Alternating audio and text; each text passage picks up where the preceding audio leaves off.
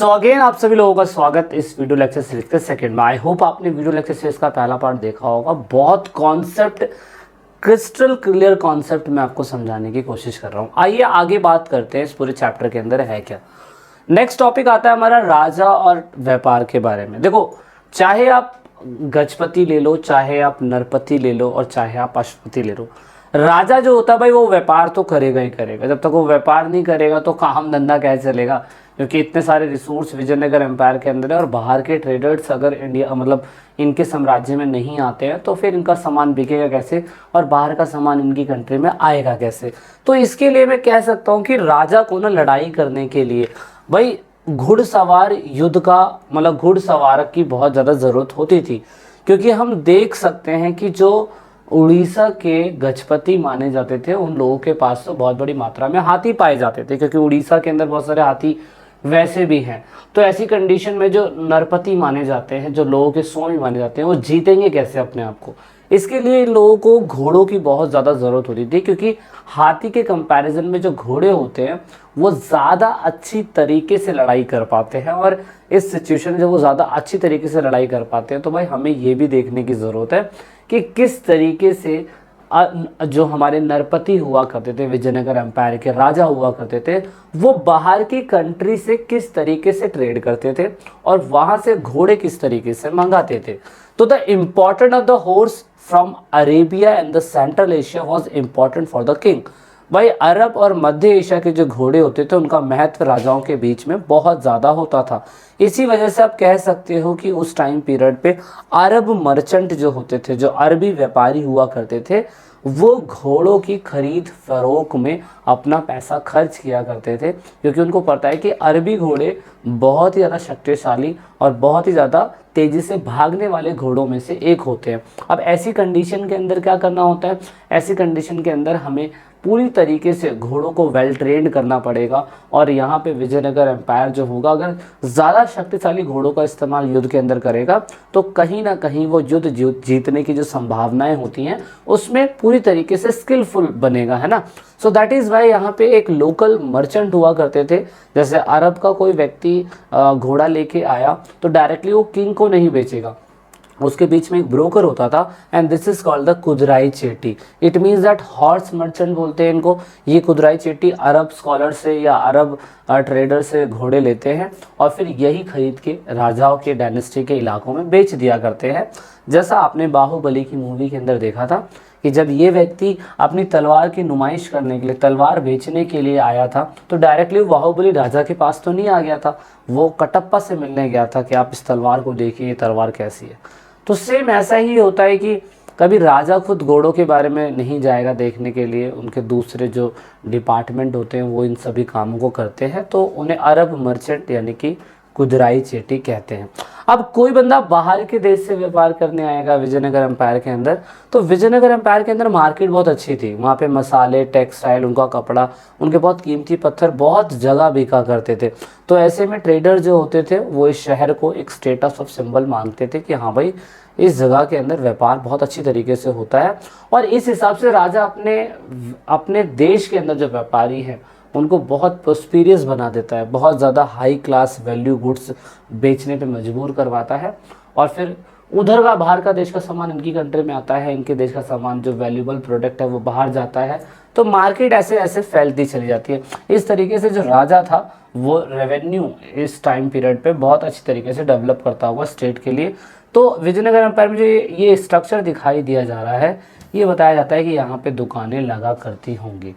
And then उसके बाद Vijayanagar empire में आपको क्या लगता है कि सिर्फ एक ही डायनेस्टी राज करी थी? नहीं, यहाँ पे सबसे पहले संगम से सुलवा, तुलवा और अरिविदु, लास्ट हिंदू डायनेस्टी जो थी वो अरिविदु डायनेस्टी थी साउथ के अंदर, याद रखना साउथ के अंदर।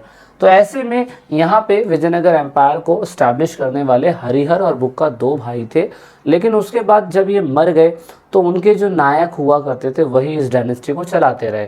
देन बाद में सुलवा डायनेस्टी आई।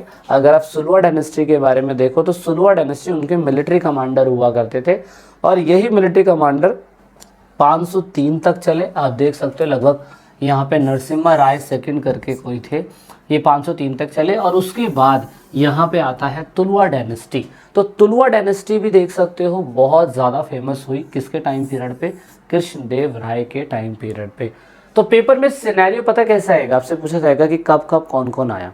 तो एक तो 1 मार्क्स में या एमसीक्यू के अंदर ऐसे पूछ लिया जाएगा इसका सीरियल, संगम, सुलवा, तुलवा, अरिविदु, ऐसे याद रखना।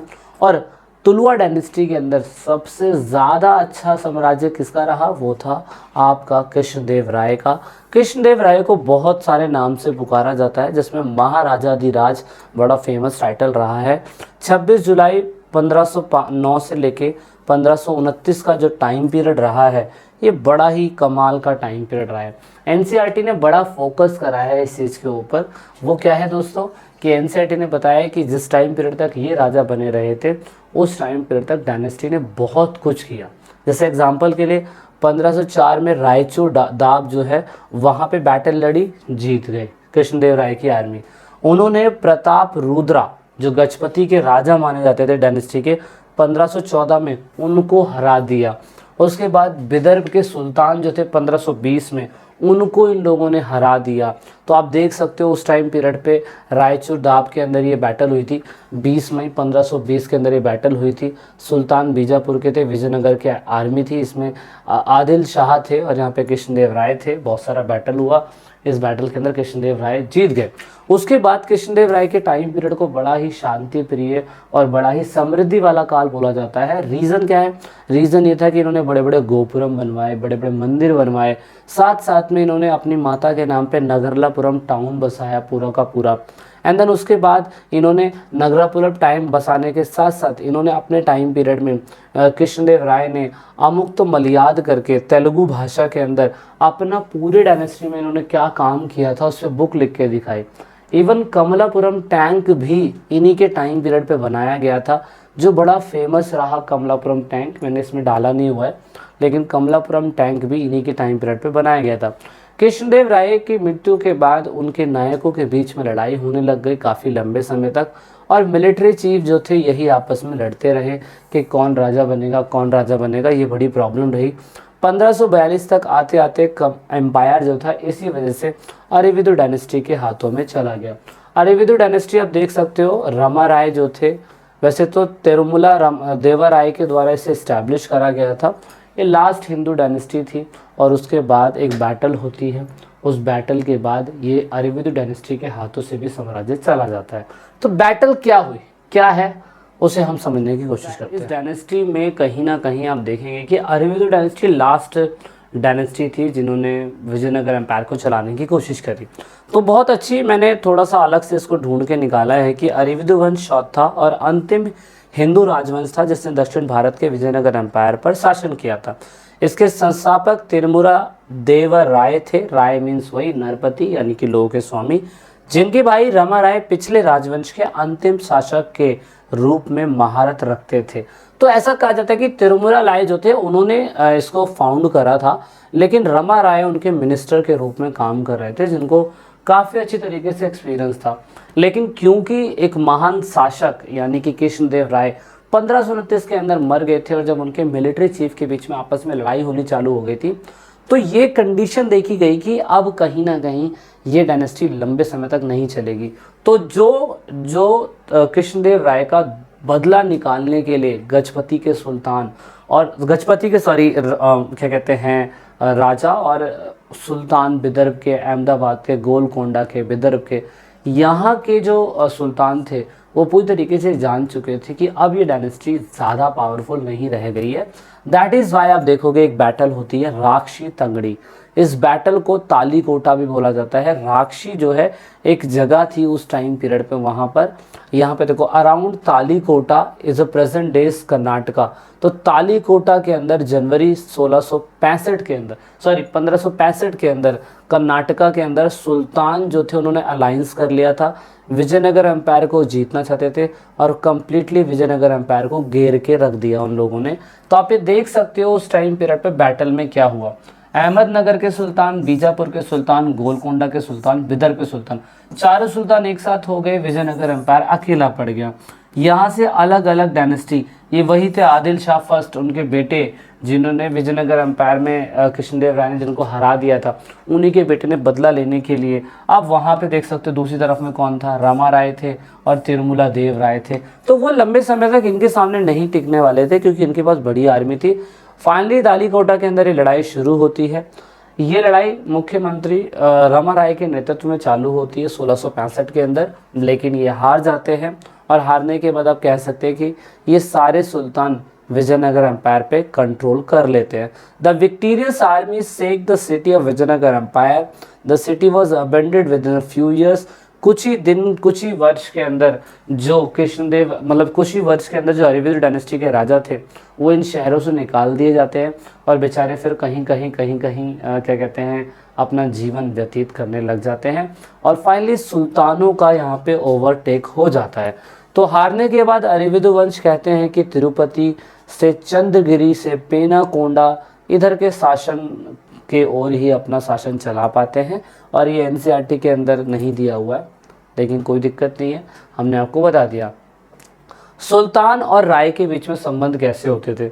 एनसीईआरटी के चैप्टर पढ़ने से हमें ये तो लगता है कि सुल्तानों के बीच में और राय के बीच में और गजपतियों के बीच में हमेशा दुश्मनी रहती होगी, क्योंकि जहाँ पे राय रहते हैं वहाँ पे इलाका बड़ा फर्टिलाइज होता है, बड़ा मतलब कह सकते हैं बड़ा कंट्रोल्ड है, जहाँ पे जगह वो इलाका राय के अंडर में आता है और सुल्तान हमेशा इसी से खिलसते रहते थे।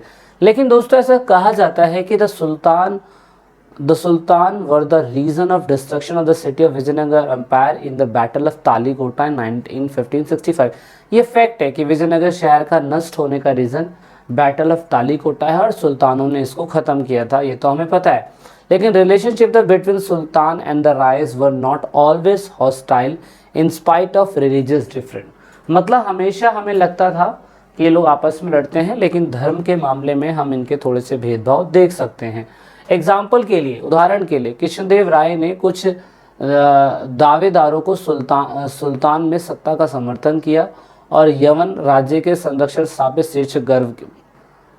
For example, Krishnadeva Raya support some claimant to the power in the Sultan and took pride of the title of establisher of the Yavan kingdom.